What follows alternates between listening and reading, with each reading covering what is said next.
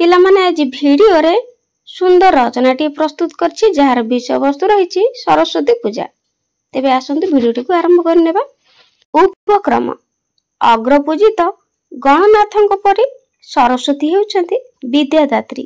ବିଦ୍ୟା ମନ୍ଦିରରେ ଅନୁଷ୍ଠିତ ଉତ୍ସବମାନଙ୍କ ମଧ୍ୟରେ ସରସ୍ୱତୀ ପୂଜା ଶ୍ରେଷ୍ଠତମ। ମାଘ ମାସ ଶୁକ୍ଳପକ୍ଷ ପଞ୍ଚମୀ ତିଥିରେ ଏହି ପୂଜା ସର୍ବତ୍ର ଅନୁଷ୍ଠିତ ହୁଏ। ଏହି ଦିବସକୁ କେହି କେହି ଶ୍ରୀ ପଞ୍ଚମୀ ନାମରେ ନାମିତ କରିଥାନ୍ତି।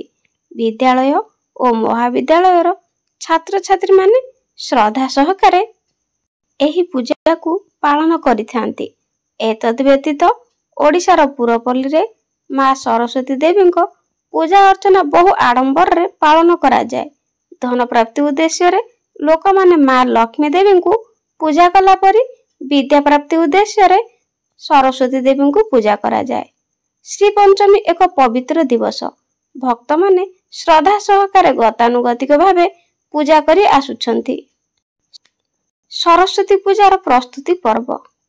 ପୂଜା ଅନୁଷ୍ଠିତ ହେବାର 10 ଦିନ ପୂର୍ବରୁ ବିଦ୍ୟାଳୟରେ ପ୍ରଧାନ ଆଚାର୍ଯ୍ୟଙ୍କ ସଭାପତିତ୍ୱରେ ଶିକ୍ଷକ ଓ ଛାତ୍ରଛାତ୍ରୀମାନଙ୍କର ଏକ ମିଳିତ ସଭା ଅନୁଷ୍ଠିତ ହୁଏ।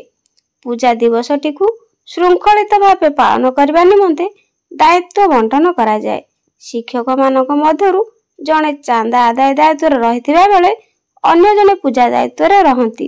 ପୂର୍ବରୁ ପୂଜା ନିମିତ୍ତ ଏକ ମାଟି ମୂର୍ତ୍ତି ବରାଦ ଦିଆଯାଏ। ପୂଜା ଦିନ ବିଦ୍ୟାଳୟରେ ସାଂସ୍କୃତିକ କାର୍ଯ୍ୟକ୍ରମ ଅନୁଷ୍ଠିତ ହେବା ନିମନ୍ତେ ପିଲାମାନଙ୍କ ମେଳରେ ଏକ ନାଟକ ଶିକ୍ଷା କରାଯାଏ। ପୂଜା ପୂର୍ବ ଦିନ ଦେବୀଙ୍କ ବସିବା ଆସ୍ଥାନ ଧୁଆ ଧୋଇ ଝୋଟି ମୁରୁଜ ପକାଯାଏ। ବିଦ୍ୟାଳୟର ସମ୍ମୁଖ ଗେଟରେ ତୋରଣ ବନ୍ଧାଯାଇ କଦଳୀ ଗଛ ପୋତାଯାଏ। ରଙ୍ଗ ବେରଙ୍ଗ କାଗଜ, ଆମ୍ବ ଓ ଦେବଦାରୁ ପତ୍ରରେ ବିଦ୍ୟାଳୟର ପରିସରକୁ ସୁସଜ୍ଜିତ କରାଯାଏ। ପିଲାମାନେ ମୂର୍ତ୍ତି ଆଣି ଆସ୍ଥାନ ଉପରେ ବସାନ୍ତି। ସ୍କୁଲ ହତା ବଗିଚା ସଫା କରାଯାଏ। ବଗିଚାରୁ ଫୁଲକୁଣ୍ଡ ଅଣାଯାଇ ଦେବୀଙ୍କ ଆସ୍ଥାନ ଘରେ ରଖାଯାଏ। ପାଳନ ପଦ୍ଧତି। ଶ୍ରୀ ପଞ୍ଚମୀ ଦିନ ପିଲାମାନେ ବଡ଼ି ସକାଳୁ ଉଠି ଫୁଲ ତୋଳି ମାଳ ତିଆରି କରନ୍ତି। ପ୍ରତ୍ୟୁଷରୁ ନିଜ ନିଜର ନିତ୍ୟକର୍ମ ସାରି ନୂତନ ଜାମା ପ୍ୟାଣ୍ଟ ପିନ୍ଧନ୍ତି। ପିତାମାତାଙ୍କୁ ପ୍ରଣିପାତ ଜଣାଇ ଭୋଗ, ଫୁଲ, ଧୂପ, ଦୀପ, ନଡ଼ିଆ ଇତ୍ୟାଦି ଧରି ବିଦ୍ୟାଳୟକୁ ଆସନ୍ତି। ସରସ୍ୱତୀଙ୍କୁ ନୂତନ ଶୁକ୍ଳ ବସ୍ତ୍ର ପରିଧାନ କରାଯାଏ। ଚନ୍ଦନ, କର୍ପୂର, ଫୁଲମାଳ ଦେଇ ସଜ୍ଜିତ କରାଯାଏ। ପୂଜା ଦିନ ଯଥା ସମୟରେ ପୁରୋହିତ ଆସନ୍ତି। ଦେବୀଙ୍କୁ ପଞ୍ଚାମୃତରେ ସ୍ନାନ କରାଇ ଧୂପ, ଦୀପ, ନୈବେଦ୍ୟ ଦେଇ ପୂଜା ଅର୍ଚ୍ଚନା କରନ୍ତି। ଶେଷରେ ହୋମ କରାଯାଇ ମନ୍ତ୍ର ପାଠ କରାଯାଏ। ବିଦ୍ୟାଳୟର ଶ୍ରେଣୀ ଅନୁଯାୟୀ ପିଲାମାନଙ୍କୁ ଧାଡ଼ି ଧାଡ଼ି କରି ବସାଯାଏ। କ୍ରମାନ୍ୱୟରେ ସମସ୍ତେ ନଡ଼ିଆ ଭାଙ୍ଗି ପୁଷ୍ପାଞ୍ଜଳି ଦିଅନ୍ତି। ପରିଶେଷରେ ପିଲାମାନେ ପଞ୍ଚାମୃତ, ପୋଡ଼ା ନଡ଼ିଆ ଓ ପ୍ରସାଦ ସେବନ କରନ୍ତି।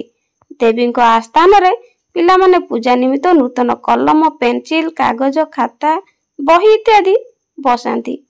ପରଦିନ ତାକୁ ଉଠାଇ ପାଠ କରନ୍ତି। ପିଲାମାନଙ୍କର ମନୋରଞ୍ଜନ ପାଇଁ ସରସ୍ୱତୀଙ୍କ ପାଖରେ ଭଜନ କୀର୍ତ୍ତନ କରାଯାଏ। ଉପସଂହାର ବା ଶେଷ କଥା। ମାତା ସରସ୍ୱତୀ ହେଉଛନ୍ତି ବିଦ୍ୟା ବୁଦ୍ଧି ପ୍ରଦାୟିନୀ। ସରସ୍ୱତୀଙ୍କ ଆରାଧନା କରିବା ଦ୍ୱାରା ଛାତ୍ରଛାତ୍ରୀମାନଙ୍କ ମଧ୍ୟରେ ଭକ୍ତିଭାବ ସୃଷ୍ଟି ହୋଇଥାଏ।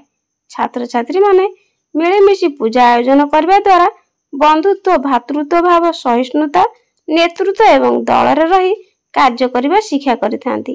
ଏହି ପୂଜାକୁ ପିଲାମାନେ ଖୁବ୍ ଆନନ୍ଦ ଉଲ୍ଲାସରେ ପାଳନ କରିଥାନ୍ତି।